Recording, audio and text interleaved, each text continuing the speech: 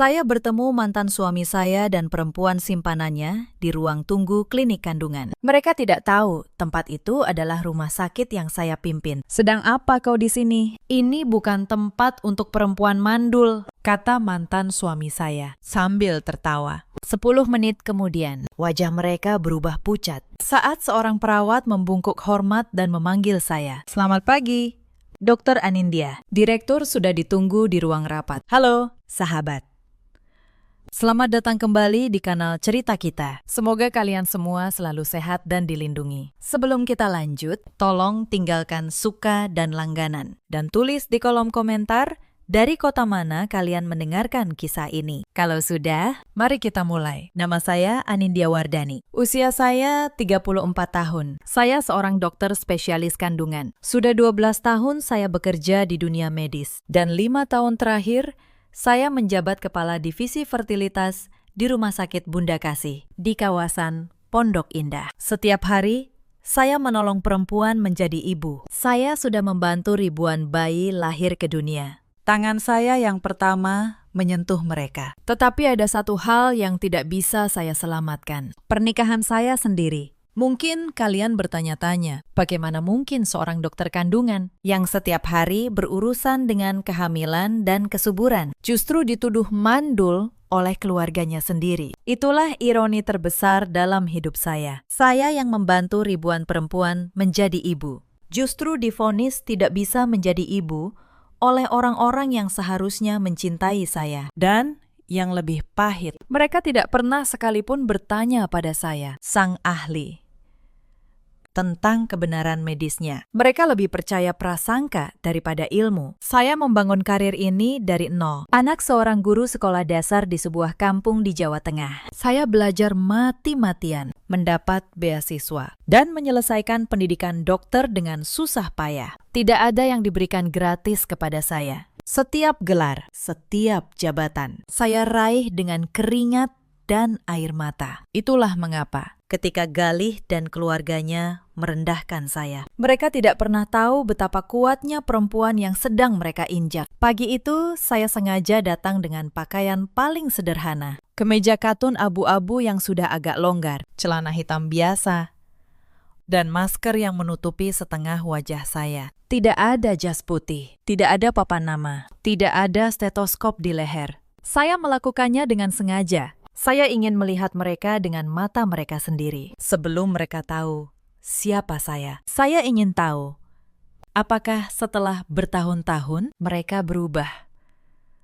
Apakah ada secuil penyesalan? Atau apakah mereka masih orang yang sama, yang menghina tanpa berpikir? Di mata orang-orang yang dulu menghina saya, yang ada hanyalah Anindya, perempuan 34 tahun yang katanya gagal menjadi seorang ibu. Saya melangkah ke lobi rumah sakit yang saya kenal lebih baik daripada rumah saya sendiri. Tempat ini seharusnya terasa seperti rumah kedua. Hari itu, ia terasa seperti panggung, dan saya tahu dalam beberapa jam tirainya akan terbuka. Mari saya bawa kalian ke awal cerita, ke masa ketika saya masih percaya bahwa cinta cukup untuk menutupi segalanya. 7 tahun lalu, saya menikah dengan Galih. Ia seorang penjual mobil mewah di sebuah dealer ternama. Tampan, pandai bicara, dan selalu tahu cara membuat orang merasa istimewa. Saat itu saya masih dokter muda yang sibuk mengejar spesialisasi. Galih bilang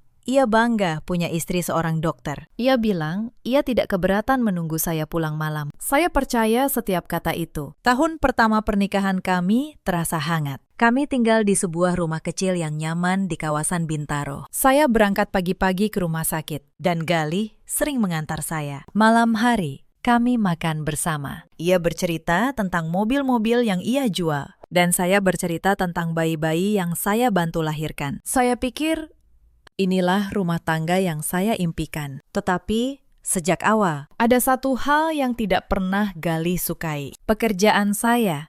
Ia bangga menyebut istrinya seorang dokter di depan teman-temannya. Tetapi di rumah, ia sering mengeluh. "Kamu lebih sayang pasienmu daripada aku," katanya. Setiap kali saya pulang larut karena ada persalinan darurat, saya minta maaf berulang kali. Saya pikir itu wajar. Saya pikir cinta berarti terus mengalah. Tahun kedua, mulai muncul pertanyaan. Dari ibunya, Bu Sumarni, dari kerabat di setiap acara keluarga. Pertanyaan yang sama, berulang-ulang. Kapan punya anak? Sudah berapa lama menikah? Jangan terlalu sibuk kerja, nanti rahimnya dingin. Saya tersenyum saja. Saya kira itu hanya basa-basi orang tua. Saya tidak tahu bahwa pertanyaan itu sedang menyusun sebuah tuduhan yang lambat laun akan menelan saya. Bu Sumarni adalah perempuan yang keras. Suaminya, Ayah Gali, sudah lama meninggal. Gali adalah anak laki-laki satu-satunya. Dan di mata ibunya, ia tidak pernah salah. Apapun yang terjadi, yang harus disalahkan adalah orang lain. Saya, sebagai menantu, adalah sasaran yang paling mudah. Saya masih ingat acara Lebaran tahun itu. Seluruh keluarga besar berkumpul di rumah Bu Sumarni. Meja penuh ketupat, opor ayam, dan rendang.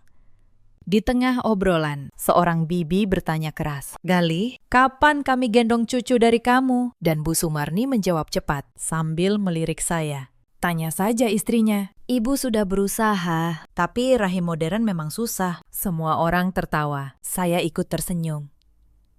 Walau di dalam dada saya terasa panas. Gali, di samping saya, hanya diam dan menyantap rendangnya. Tidak satu kata pun keluar untuk membela saya. Malam itu, di perjalanan pulang, saya memberanikan diri bicara. "Mas, tadi ibu keterlaluan. Aku merasa dipermalukan." Gali menjawab tanpa menoleh. Matanya tetap pada jalan. "Sudahlah, Nin.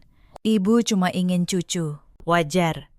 Kamu yang harus introspeksi, bukan ibu." Saya menatap keluar jendela. Lampu-lampu kota berlari di kaca. Untuk pertama kalinya, saya merasa sendirian dalam pernikahan saya sendiri. Tahun ketiga, basa-basi itu berubah menjadi tuduhan. Suatu sore, di rumah ibu mertua di kawasan Bekasi, Bu Sumarni memanggil saya ke dapur. Tangannya sedang mengaduk rendang. Tanpa menoleh, ia berkata pelan, "Min, kamu sudah periksa belum? Jangan-jangan ada yang salah di tubuhmu." Saya terdiam. "Maksud ibu, sudah 3 tahun. Anak tetangga sebelah sudah 2. Kamu ini perempuan.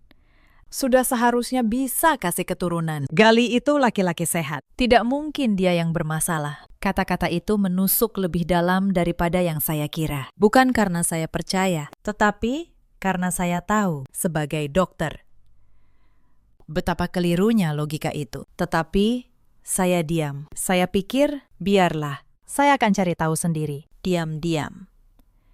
Malam itu, saya pulang dengan dada sesak. Gali sudah tidur. Saya duduk di tepi ranjang, menatap punggungnya. Lalu saya berbisik pada diri sendiri. Sebagai dokter, saya tahu satu hal. Kemandulan bukan hanya milik perempuan. Tetapi malam itu, saya belum tahu bahwa rahasia yang akan saya temukan justru akan mengubah segalanya. Keesokan harinya, saya datang lebih awal ke rumah sakit. Sebelum jadwal pasien, saya menemui rekan saya, Dr. Hesti, ahli andrologi yang sudah saya kenal sejak masa koas. Kami berdua dulu sama-sama berjuang, sama-sama dianggap remeh. Karena perempuan muda di dunia kedokteran yang keras.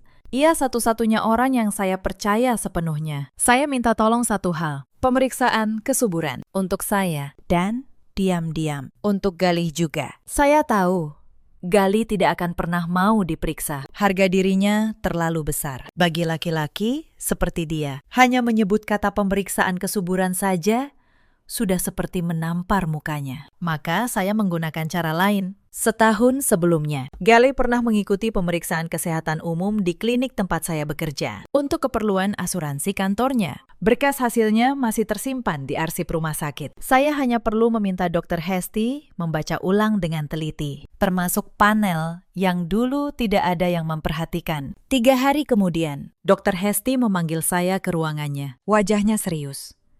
Ia menutup pintu rapat-rapat. "Nin, kamu yakin mau dengar ini?" Saya mengangguk. "Hasil pemeriksaanmu normal sempurna. Rahimmu sehat, hormonmu seimbang. Cadangan sel telurmu masih sangat baik untuk usiamu. Tidak ada satupun masalah." Ia berhenti sejenak, menatap saya dengan iba. "Tapi suamimu, Nin, Jumlah dan kualitasnya sangat rendah, jauh di bawah batas normal. Secara medis, kemungkinan dia memiliki anak secara alami hampir nol. Dan ini bukan hal baru. Melihat angkanya, kondisinya sudah ada bertahun-tahun. Mungkin sejak sebelum kalian menikah. Saya duduk diam. Sebagai dokter, saya sudah menduga ini sejak lama. Tetapi mendengarnya disebutkan dengan jelas. Dengan angka, dengan kepastian medis. Tetap terasa berbeda. Ada lega, tetapi ada juga marah yang dalam. Ruangan terasa berputar. Bukan karena terkejut, tetapi karena marah yang tiba-tiba membanjiri dada saya. Selama 3 tahun, saya dituduh. Selama 3 tahun, saya menundukkan kepala di hadapan ibu mertua. Padahal, masalahnya bukan pada saya. Dr. Hesti menatap saya dengan iba. Nin, kamu mau aku bicara ke suamimu? Sebagai dokter, bukan sebagai temanmu. Saya menggeleng pelan. Belum. Hes, belum waktunya. Kalau dia tahu sekarang, dia hanya akan menyangka. Dia akan bilang, ini palsu. Atau menyalahkan aku lagi. Aku butuh momen yang tidak bisa dia bantah. Dr. Hesti mengangguk. Ia mengerti. Ia selalu mengerti. Saya mengambil amplop berisi hasil itu. Saya simpan rapat-rapat di laci paling dalam meja saya. Terkunci. Saya belum tahu kapan akan menggunakannya. Tetapi saya tahu suatu hari kertas itu akan berbicara. Malam itu saya pulang dan mencoba bicara baik-baik dengan Gali. Saya bilang, mungkin kita berdua perlu periksa bersama ke dokter. Agar adil. Wajahnya langsung mengeras. Periksa apa? Aku ini laki-laki sehat. Yang bermasalah itu kamu, bukan aku, katanya membentak. Jangan-jangan kebanyakan kerja, jadi tubuhmu rusak.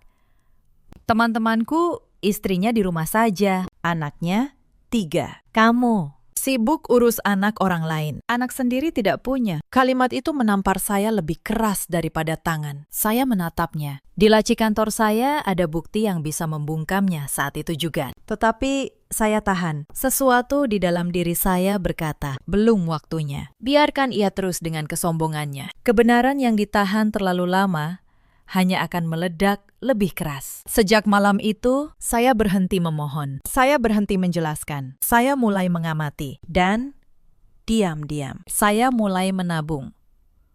Bukan hanya uang, tetapi juga keberanian. Saya tahu, cepat atau lambat, saya harus berdiri sendiri. Beberapa minggu setelah itu, Bu Sumarni datang ke rumah kami membawa sebuah amplop. Di dalamnya, jadwal pemeriksaan di sebuah klinik kandungan ternama. Atas nama saya, ibu sudah daftarkan kamu, katanya. Periksa sana, biar jelas apa masalahmu. Gali tidak perlu ikut. Laki-laki tidak perlu diperiksa begitu. Saya menatap amplop itu. Lalu, saya menatap Gali yang hanya diam menunduk. Inilah yang membuat saya paling sakit. Bukan tuduhan ibunya, tetapi kebisuan suami saya. Ia tahu saya tidak bersalah, atau setidaknya ia tidak pernah mau tahu. Ia membiarkan ibunya menyeret nama saya, asalkan harga dirinya sebagai laki-laki tetap utuh. Saya pergi ke klinik itu, bukan karena patuh, tetapi karena saya ingin satu hal lagi tercatat resmi. Hitam di atas putih. Hasilnya, tentu saja, sama. Semua normal. Saya sehat sempurna. Saya menyimpan surat itu bersama hasil pemeriksaan Gali yang sudah saya kantongi diam-diam. 2 kertas yang suatu hari akan berbicara bersama. Saat saya pulang dan menunjukkan hasil normal itu, Bu Sumarni hanya mendengus. Pasti dokternya salah. Atau kamu menyuap supaya hasilnya bagus. Pokoknya tetap kamu yang bermasalah. Logika apapun tidak akan pernah menembus kepala batu seperti itu. Saat itu, saya sadar. Saya tidak akan pernah menang dengan kata-kata. Saya hanya bisa menang dengan kebenaran yang tidak bisa dibantah siapapun. Saya tidak tahu saat itu bahwa Gali sudah punya rahasianya sendiri. Perubahan itu datang perlahan. Gali mulai pulang larut. Ia bilang ada banyak klien baru. Banyak pameran mobil di akhir pekan. Bau parfum asing kadang menempel di kemejanya. Parfum perempuan, manis, dan tajam. Bukan milik saya seorang dokter. Saya terlatih membaca tanda-tanda, tetapi terhadap suami sendiri. Saya memilih buta. Saya pikir mungkin saya hanya lelah. Mungkin saya hanya curiga berlebihan. Suatu malam, ponselnya berdering di meja. Layarnya menyala. Sebuah nama tanpa marga, hanya inisial. Dan sebuah pesan singkat. Sayang, aku rindu. Kapan kita bertemu lagi? Saya membeku. Gali segera meraih ponselnya dan memasukkannya ke saku. Itu cuma klien, katanya cepat. Terlalu cepat. Saya tidak bertanya lagi malam itu, tetapi saya mulai membuka mata. Tidak lama setelah itu, masalah uang mulai muncul. Suatu hari saya memeriksa rekening bersama kami dan menemukan saldo berkurang drastis. Hampir 50 juta rupiah hilang dalam 1 bulan. Saat saya tanya, Galih marah. Itu untuk modal usaha. Kamu tidak perlu tahu urusan laki-laki, katanya. Tetapi saya tahu dari struk-struk yang saya temukan. Uang itu mengalir ke restoran mahal, hotel, dan toko perhiasan. Bukan untuk usaha. Untuk perempuan lain, saya mulai memisahkan keuangan saya secara perlahan. Gaji saya sebagai dokter tidak kecil, dan selama ini saya tidak pernah menahan apapun dari Galih. Tetapi sejak hari itu, saya berhenti. Saya membuka rekening terpisah, dan setiap bulan saya menyisihkan untuk diri sendiri. Bukan karena serakah, tetapi karena saya mulai sadar, saya harus punya tanah pijakan sendiri. Galih bahkan sempat meminta saya menjual sebagian perhiasan warisan ibu saya. 3 batang emas yang sangat saya jaga. Dengan alasan butuh dana mendesak. Saya menolak untuk pertama kalinya dalam pernikahan kami. Ia menatap saya seolah saya orang asing. Kamu berubah, Nin, katanya.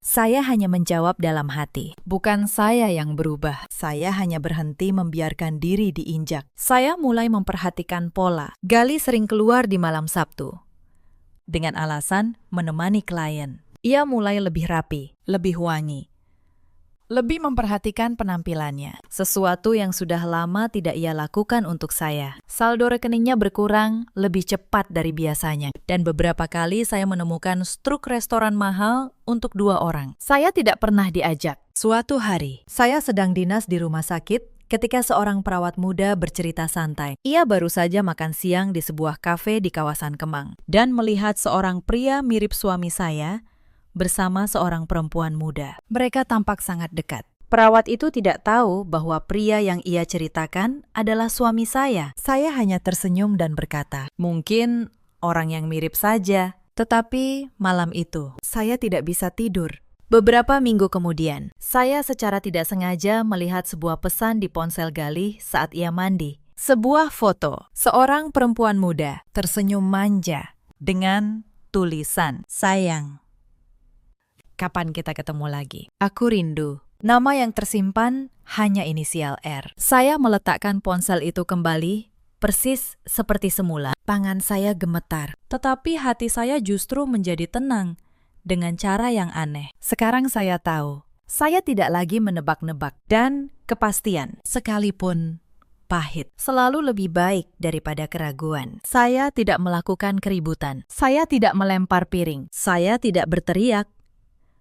Saya hanya mulai menyiapkan diri. Saya menghubungi seorang pengacara bernama Pak Hardi dan bertanya tentang hak-hak saya jika suatu hari pernikahan ini berakhir. Saya membuka rekening sendiri. Saya memastikan ijazah, sertifikat, dan semua dokumen penting saya tersimpan aman di kantor. Beberapa minggu kemudian, di sebuah acara arisan keluarga besar, Bu Sumarni mempermalukan saya di depan semua orang. Di tengah ruang tamu yang penuh kerabat, ia berkata lantang, Anindya ini sudah hampir 4 tahun menikah, belum juga hamil.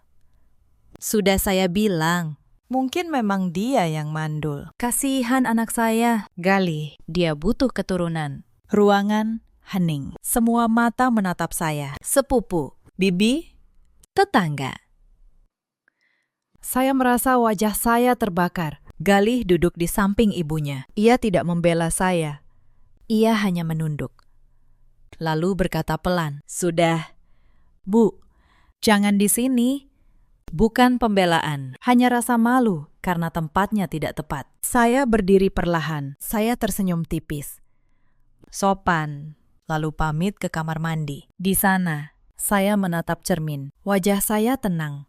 Tetapi di dalam, sesuatu sudah patah dan tidak akan pernah kembali utuh. Di kantor saya, di laci terkunci. 2 amplop hasil pemeriksaan itu masih tersimpan rapi. Saya bisa membawanya ke acara ini, melemparkannya ke meja, dan membungkam mereka semua saat itu juga. Tetapi saya tidak melakukannya, karena saya tahu jika saya melakukannya sekarang, mereka hanya akan menyangka. Mereka akan bilang, hasil itu palsu atau hasil orang lain. Saya butuh momen yang tidak bisa mereka bantah. Saya keluar dari kamar mandi dengan senyum yang sama. Tidak ada yang tahu apa yang sedang saya siapkan. Puncak penghinaan datang saat Lebaran tahun itu. Seperti biasa, kami mudik ke rumah Bu Sumarni di Bekasi. Rumah itu penuh sesak oleh keluarga besar. Amat, menantu, cucu, semua berkumpul. Aroma opor ayam, rendang, dan ketupat memenuhi udara. Seharusnya itu hari kebahagiaan. Bagi saya, itu hari penghakiman. Saat acara halal bihalal, semua menantu perempuan berbaris untuk sungkem kepada Bu Sumarni. Satu persatu, ia memeluk mereka dengan hangat, membisikkan doa. Tetapi saat giliran saya, ia menahan tubuhnya. Di depan semua orang, ia berkata, "Kamu sungkem saja seperlunya." Doa untuk menantu yang belum kasih cucu memang berbeda. Tawa kecil terdengar dari beberapa kerabat. Wajah saya panas. Anak-anak kecil berlarian membagikan amplop lebaran. Salah satu keponakan menyodorkan amplop kepada saya sambil berkata polos, "Tante, kapan punya anak?" "Biar aku punya teman main." Ia hanya anak kecil. Ia tidak tahu apa-apa. Tetapi pertanyaan itu di tengah ruangan yang penuh, terasa seperti pisau. Galih, lagi-lagi, hanya diam. Ia sibuk dengan ponselnya di sudut ruangan. Saya tahu sekarang siapa yang ia hubungi. Saya melihatnya tersenyum pada layar. Senyum yang sudah lama tidak pernah ia berikan kepada saya. Malam itu, di kamar lama Galih, saya berbaring memunggunginya. Air mata saya jatuh diam-diam ke bantal. Tetapi di tengah tangis itu, sebuah tekad tumbuh. Ini lebaran terakhir saya menundukkan kepala. Saya berjanji pada diri sendiri. Tahun depan, saya tidak akan ada di sini lagi sebagai perempuan yang dipermalukan. Dan saya menepati janji itu. Beberapa minggu setelah lebaran, sebuah peristiwa di rumah sakit mengingatkan saya akan siapa saya sebenarnya. Suatu malam, seorang ibu hamil masuk dalam kondisi gawat darurat. Pendarahan hebat, tekanan darah jatuh, janin dalam bahaya. Dokter jaga panik dan memanggil saya. Selama hampir 4 jam, saya berdiri di ruang operasi. Tangan saya bergerak cepat dan tenang. Dan menjelang pagi, ibu dan bayinya selamat. Keluarga pasien menangis, mencium tangan saya, menyebut saya penyelamat. Saya pulang pagi itu dengan tubuh lelah, tetapi hati penuh. Saya membangunkan Galih, ingin berbagi cerita, ingin merasa dihargai oleh suami saya sendiri. Saya bilang, "Mas, semalam aku menyelamatkan 2 nyawa sekaligus." Galih hanya menggumam tanpa membuka mata. "Bagus, tapi kamu sendiri, kapan bisa punya nyawa di perutmu?" Lalu, ia kembali tidur. Saya berdiri di samping ranjang, menatapnya. Dan saat itu, sesuatu di dalam diri saya selesai. Bukan patah, tetapi selesai. Saya sadar di mata laki-laki ini, seluruh pencapaian saya tidak berarti apa-apa. Saya bisa menyelamatkan ribuan nyawa, tetapi bagi dia, saya tetap perempuan yang gagal. Cinta yang saya perjuangkan selama ini, ternyata sudah lama mati. Saya hanya terlalu takut untuk mengakuinya. Sejak pagi itu, saya berhenti berharap. Saya mulai menyiapkan segalanya dengan tenang. Saya tahu, perpisahan hanya soal waktu. 3 bulan kemudian, semuanya runtuh dalam satu malam. Tetapi sebelum malam itu, ada satu kejadian yang tidak akan pernah saya lupakan. Suatu sore, saya pulang lebih awal karena kurang sehat. Saat membuka pintu rumah, saya mendengar suara perempuan tertawa di ruang tamu. Saya melangkah masuk. Di sofa saya, di rumah saya, duduk seorang perempuan muda, cantik, muda, mungkin 27 tahun. Galih duduk di sampingnya, terlalu dekat. Mereka berdua terdiam saat melihat saya, tetapi perempuan itu alih-alih malu, justru tersenyum tipis. Oh, ini istrimu yang itu ya, Mas? Yang katanya tidak bisa kasih anak. Saya berdiri di ambang pintu, masih dengan tas kerja di tangan. Galih tidak bangkit. Ia hanya berkata datar, "Nin, ini Renata. Sebaiknya kamu tahu sekarang saja." Saya menatap mereka berdua. Lalu saya menatap perempuan bernama Renata itu. Saya tidak berteriak. Saya tidak menangis. Saya hanya berkata pelan, "Silakan dilanjutkan. Saya akan ke kamar." Dan saya berjalan masuk, menutup pintu kamar dengan tenang. Di balik pintu itu, saya duduk di lantai, bukan karena hancur, tetapi karena lega. Sekarang semuanya jelas. Tidak ada lagi yang perlu saya pertahankan. Malam ketika surat cerai itu datang, saya sudah siap. Galih pulang dengan wajah dingin. Ia meletakkan sebuah map di meja makan. Di dalamnya, surat gugatan cerai. "Aku sudah tidak tahan, Nin," katanya. 4 tahun kita menikah, tidak ada anak. Aku butuh keturunan. Renata sudah mengandung anakku 2 bulan. Lihat. Buktinya, aku bukan yang bermasalah. Kamulah yang mandul selama ini. Saya menatap surat itu, lalu menatapnya. Anehnya, saya tidak menangis. Saya hanya merasa dingin. Sangat dingin. Dan tenang. Saya hampir tertawa. Di kantor saya, hasil pemeriksaan itu masih tersimpan rapat di laci terkunci. Saya tahu, secara medis, hampir mustahil Galih membuat seorang perempuan hamil. Jika benar Renata mengandung, maka anak itu hampir pasti bukan anaknya. Tetapi, saya tidak mengatakan apapun. Saya hanya mengangkat pena. "Baik," kata saya. Aku tanda tangan. Galih terkejut. Ia mengira saya akan menangis, memohon, berlutut di kakinya. Tetapi saya menandatangani surat itu dengan tangan yang tenang. Saya hanya minta satu hal, tidak ada gonogini, tidak ada tuntutan harta. Saya keluar dari rumah itu hanya dengan koper dan martabat saya. Saya tidak ingin sepeser pun dari laki-laki yang sudah memandang rendah saya. Saat saya mengemasi barang malam itu, Galih berdiri di pintu kamar, menonton. "Kamu tidak akan bisa apa-apa tanpa aku, Min," katanya. Perempuan mandul, sudah tua pula, siapa yang mau? Saya menutup koper saya. Saya berdiri tegak. "Kita lihat saja nanti." "Mas," kata saya. Hanya itu. Lalu, saya melangkah keluar dari rumah itu dan tidak pernah menoleh ke belakang. Bu Sumarni datang keesokan harinya, bukan untuk minta maaf, tetapi untuk memastikan saya benar-benar pergi. "Bagus kalau kamu sadar diri," katanya. Perempuan mandul memang tidak pantas menahan laki-laki sebaik anakku. Saya menatapnya lama.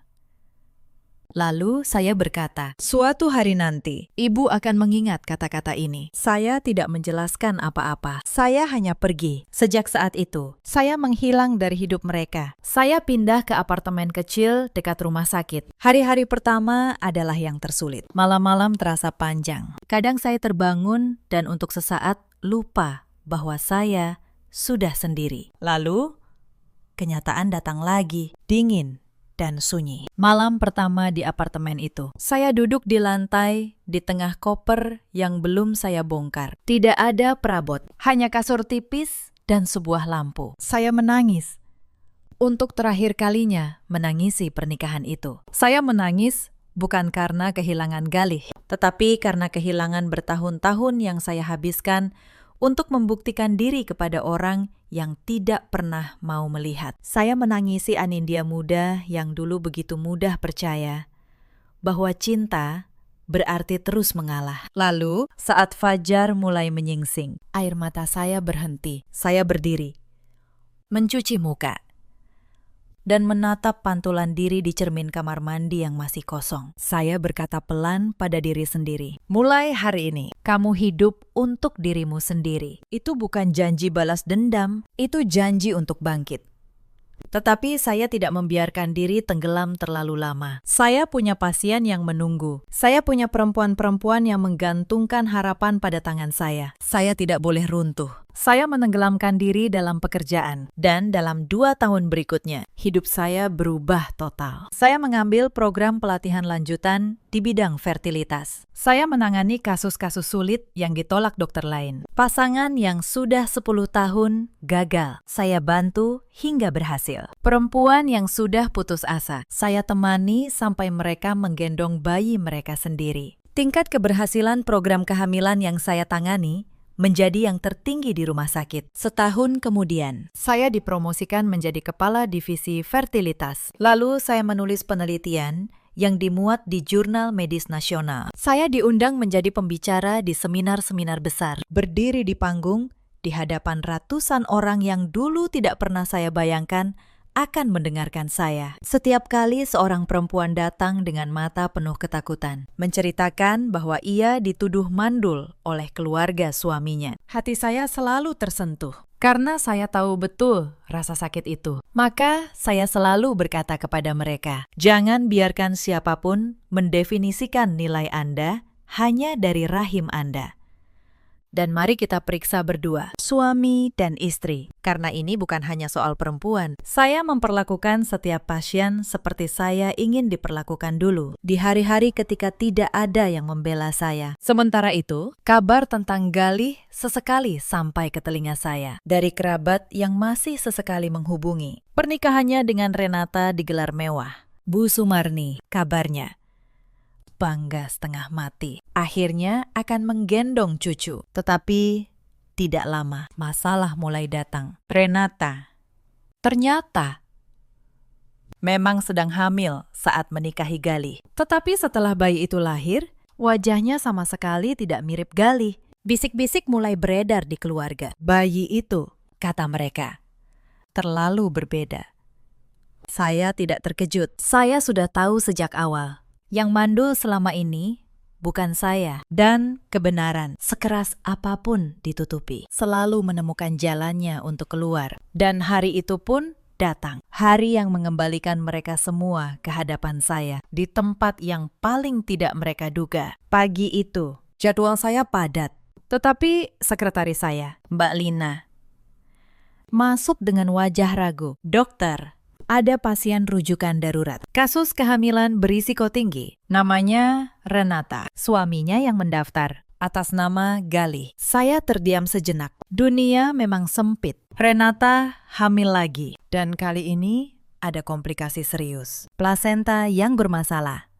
Mengancam nyawa ibu dan janin. Dan dari semua dokter di kota ini, mereka dirujuk kepada saya, kepada dokter terbaik di bidangnya, tanpa tahu siapa dokter itu sebenarnya. Saya memutuskan untuk datang ke ruang tunggu dengan pakaian sederhana dan masker sebelum jam praktik resmi saya dimulai. Saya ingin melihat mereka dulu. Saya ingin tahu, apakah mereka berubah? Mereka tidak berubah. Galih duduk di kursi tunggu.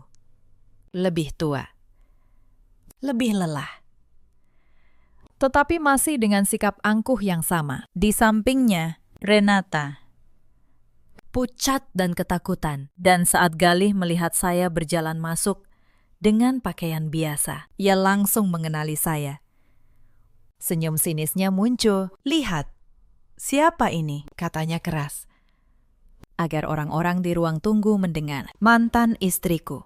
Sedang apa kau di rumah sakit kandungan? Nin. Ini bukan tempat untuk perempuan mandul sepertimu. Renata ikut tertawa kecil. Beberapa orang di ruang tunggu menoleh. Sebagian dengan tatapan iba kepada saya. Sebagian dengan rasa ingin tahu. Saya berdiri diam, menatap mereka dari balik masker. Saya tidak menjawab. Saya tidak perlu. Saya hanya berpikir.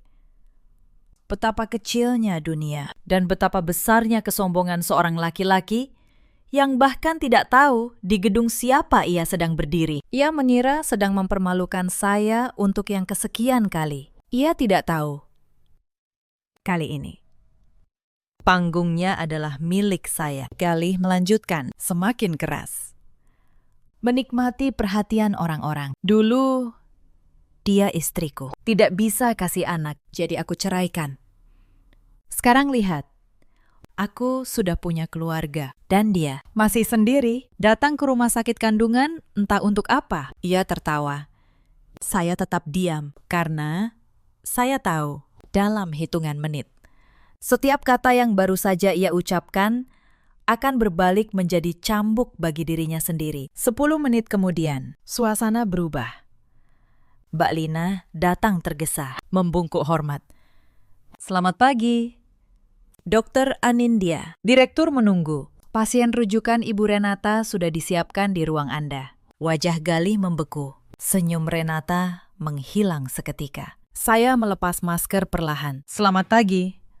Kata saya tenang. Saya Dr. Anindya Wardani, Kepala Divisi Fertilitas dan Kandungan rumah sakit ini. Dan tampaknya sayalah satu-satunya dokter di kota ini yang bisa menyelamatkan nyawa istrimu dan kandungannya hari ini. Ruang tunggu hening. Galih berdiri. Mulutnya terbuka, tetapi tidak ada suara keluar. Renata mencengkeram lengannya. Gemetar.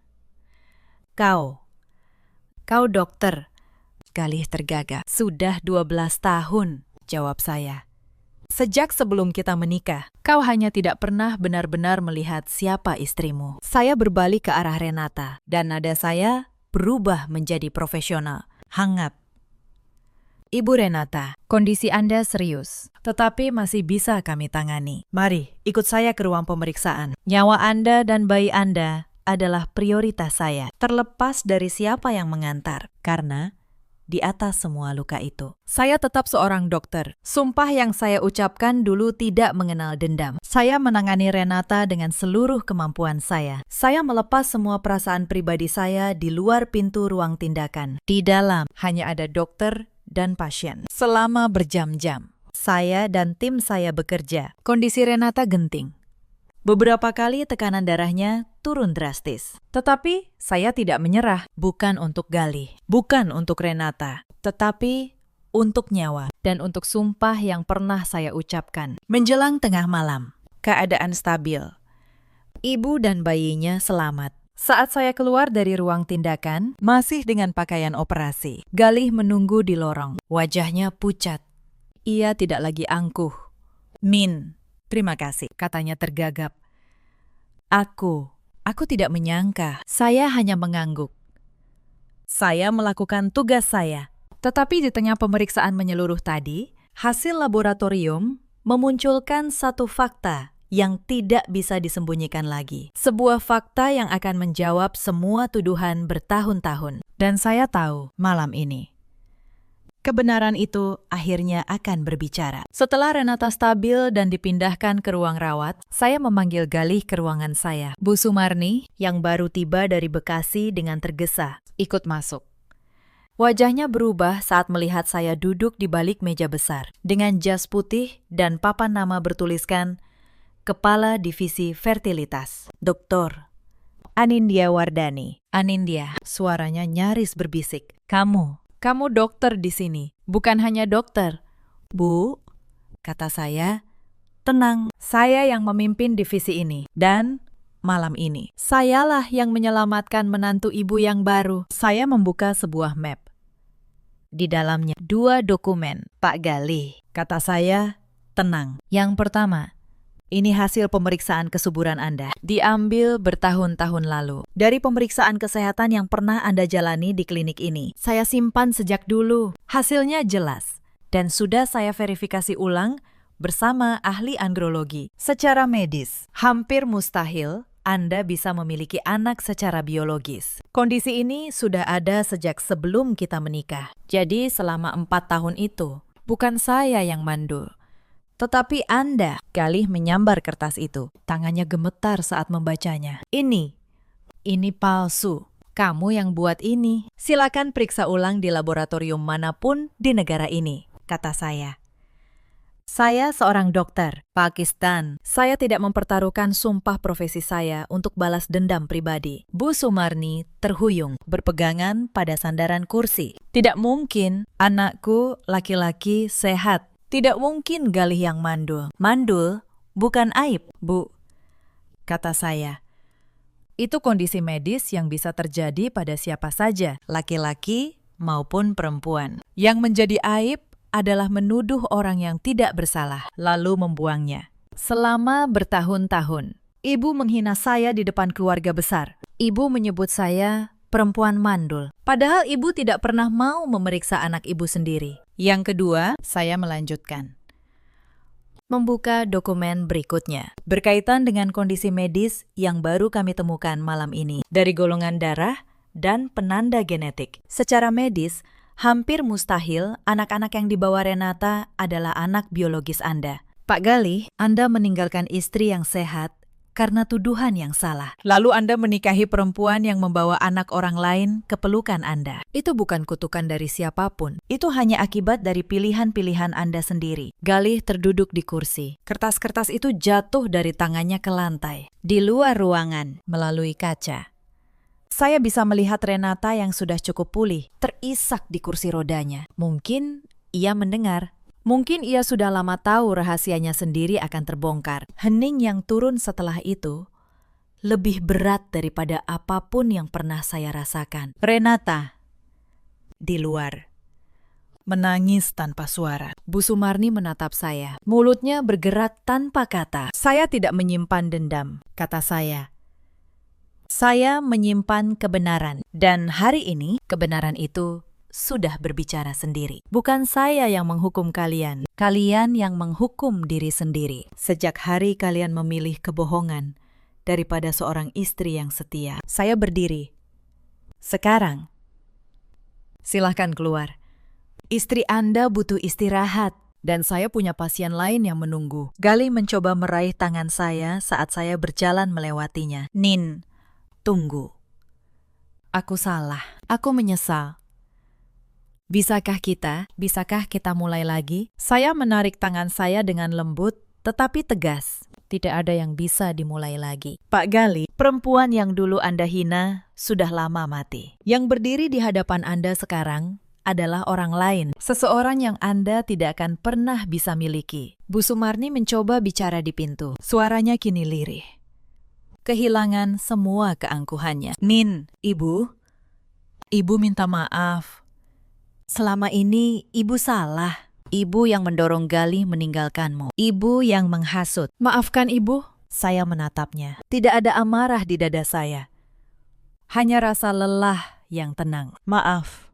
Ibu tidak akan mengembalikan 4 tahun di mana saya menundukkan kepala. Tidak akan mengembalikan setiap acara keluarga di mana saya dipermalukan. Tetapi saya doakan Ibu sehat. Itu sebagai dokter, bukan sebagai menantu. Saya menutup pintu. Dan untuk pertama kalinya, dalam bertahun-tahun, saya merasa benar-benar bebas. Berbulan-bulan kemudian, kabar mereka sampai juga sepotong demi sepotong. Galih dan Renata bercerai. Tidak lama setelah kebenaran terbongkar, Renata pergi membawa kedua anaknya. Dan kabarnya kembali kepada pria yang sebenarnya adalah ayah biologis anak-anak itu. Galih kehilangan banyak hal. Pekerjaannya goyah karena ia mulai sering mabuk dan kehilangan fokus. Mobil mewah yang dulu ia banggakan terjual satu persatu. Ia yang dulu begitu mengagungkan harga diri laki-laki, kini hidup sendiri di sebuah kontrakan kecil. Bu Sumarni,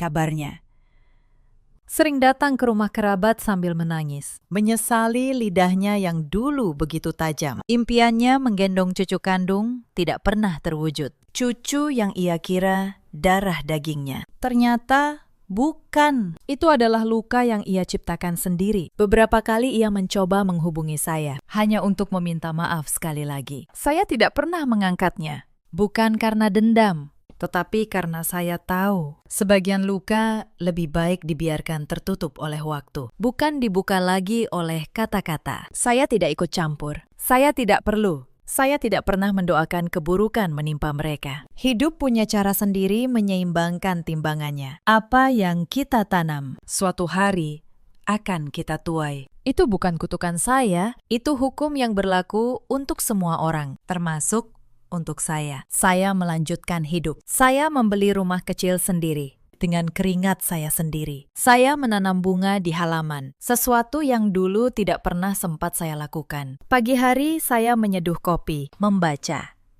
lalu berangkat ke rumah sakit untuk menolong perempuan-perempuan lain. Hidup saya sederhana, tetapi utuh. Untuk pertama kalinya, saya tidak merasa harus membuktikan apapun kepada siapapun. Setahun setelah hari itu, rumah sakit memberikan penghargaan kepada saya atas tingkat keberhasilan tertinggi dalam program kehamilan.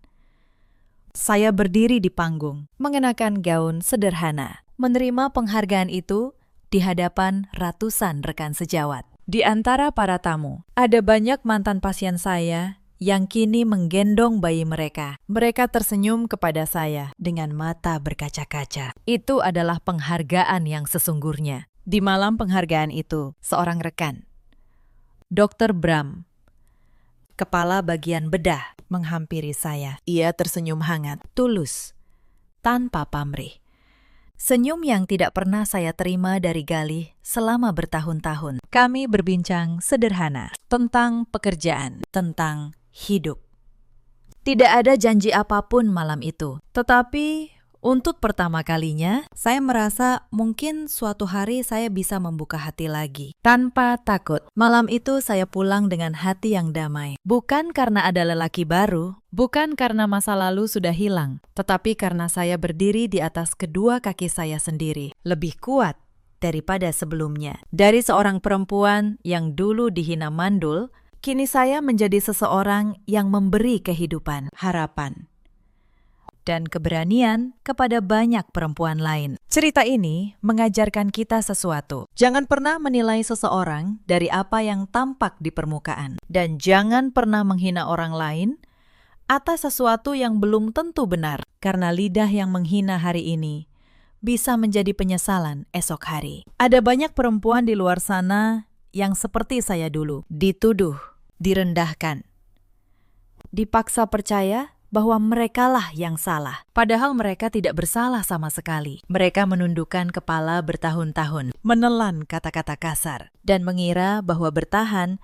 berarti mencintai. Kepada kalian, saya ingin berkata, kebenaran tidak perlu berteriak. Ia hanya perlu menunggu waktunya. Dan nilai seorang perempuan tidak pernah ditentukan oleh rahimnya, oleh status pernikahannya, atau oleh penilaian orang yang tidak pernah benar-benar mengenalnya. Kepada para perempuan yang sedang dituduh tanpa bukti, saya ingin kalian tahu satu hal. Jangan pernah membiarkan rasa malu yang bukan milik kalian menjadi beban kalian. Periksakan diri kalian jika perlu, tetapi lakukan untuk diri sendiri, bukan untuk membuktikan apapun kepada orang yang merendahkan. Dan ingat, kemandulan, jikapun ada, tidak pernah hanya soal perempuan. Tubuh laki-laki dan perempuan sama-sama bisa bermasalah. Yang tidak boleh bermasalah adalah hati nurani. Ada juga banyak suami di luar sana seperti Galih yang lebih takut pada harga dirinya sendiri daripada kehilangan orang yang mencintainya. Mereka membuang emas, lalu menyesal saat menyadari yang mereka genggam ternyata kaca. Dan ada para ibu seperti Bu Sumarni yang begitu ingin keturunan sampai lupa bahwa menantu mereka juga seorang anak perempuan bagi seseorang yang juga layak dihormati dan dilindungi. Saya bukan lagi korban dari cerita lama saya. Saya adalah penulis dari cerita baru saya. Dan cerita itu baru saja dimulai. Dalam hidup, kita selalu punya pilihan, memilih untuk hancur atau memilih untuk bangkit. Saya memilih bangkit, dan saya tidak pernah menyesalinya sedikit pun. Ceritakan kisah kalian di kolom komentar. Terima kasih sudah menemani saya sampai akhir.